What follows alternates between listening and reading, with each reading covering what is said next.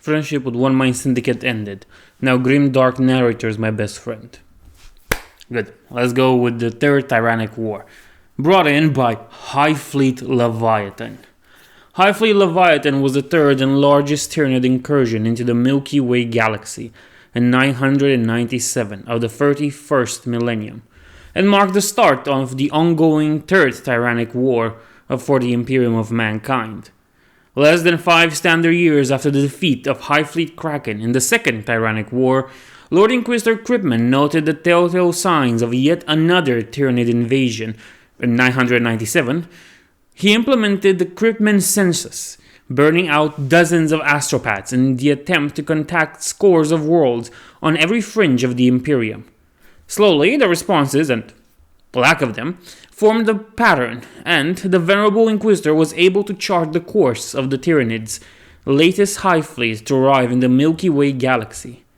Codenamed Leviathan by Imperial savants, this time the Tyranids were approaching from below the galactic plane, attacking from 2 points spaced wide apart in the shape of a closing pair of jaws, cutting off large portions of the galaxy from warp travel or astropathic communication. At a great cost in human life, a combined force of the Planetary Defense Forces troops, 2 regiments of the Imperial Guard, the Ultramarines, and the Mortifactors chapters of Astartes, and a Death Watch kill team under the command of Inquisitor Kryptman crushed the left half of the Leviathan on the world of Tarsis Ultra, destroying the Tyranids nearest to Terra, and re-establishing astropathic contact with the worlds between the Leviathan's jaws. The Imperium had won its first victory. Yet Leviathan continued to carve its bloody path to the Imperium. Perhaps Leviathan's main gain was the vital forge world of Griffon 4, home of the Legio Griffonicus Titan Legion.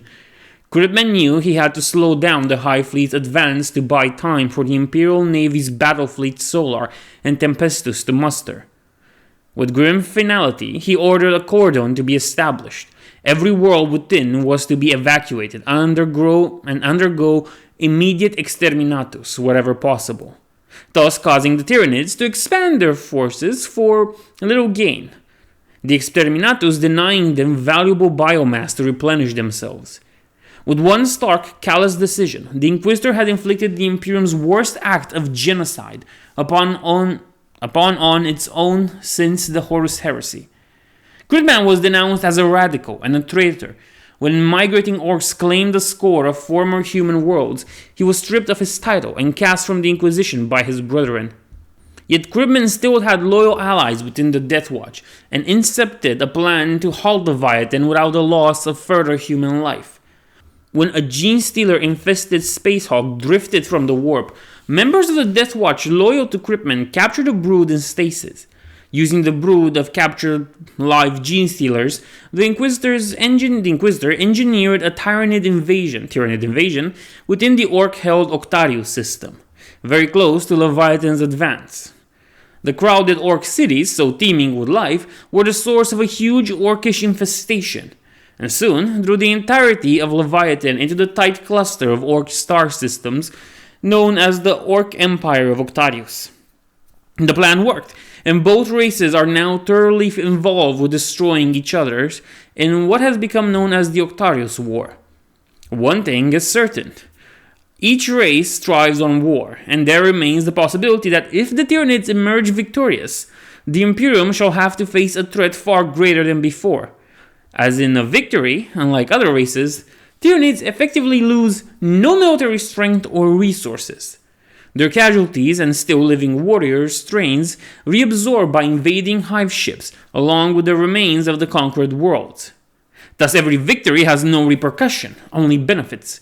This also means that the Tyranids will assimilate vast quantities of strong, survivable orc DNA that makes the orcs such powerful survivors and tenacious opponents, and incorporate it into their own bioconstructs. Indeed, worlds on the edge of the conflict have begun to record captures of Tyranid assault organisms larger than ever before. The implication of Kryptman's manipulation of this alien threat are too horrible to contemplate. A shadowy council within the Imperium called the Strategic Collective has been analyzing all details of the Tyranid invasion, and have drawn a conclusion as stark as it is terrifying.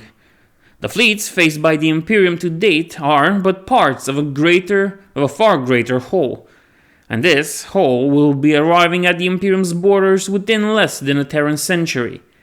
They estimate that mobilization levels will be needed to increase by a minimum of 500%, effectively including every able-bodied man, woman, and child on every world in Segmentum Solar, Obscurus, and Tempestus, to have even a hope of stopping the Tyranids.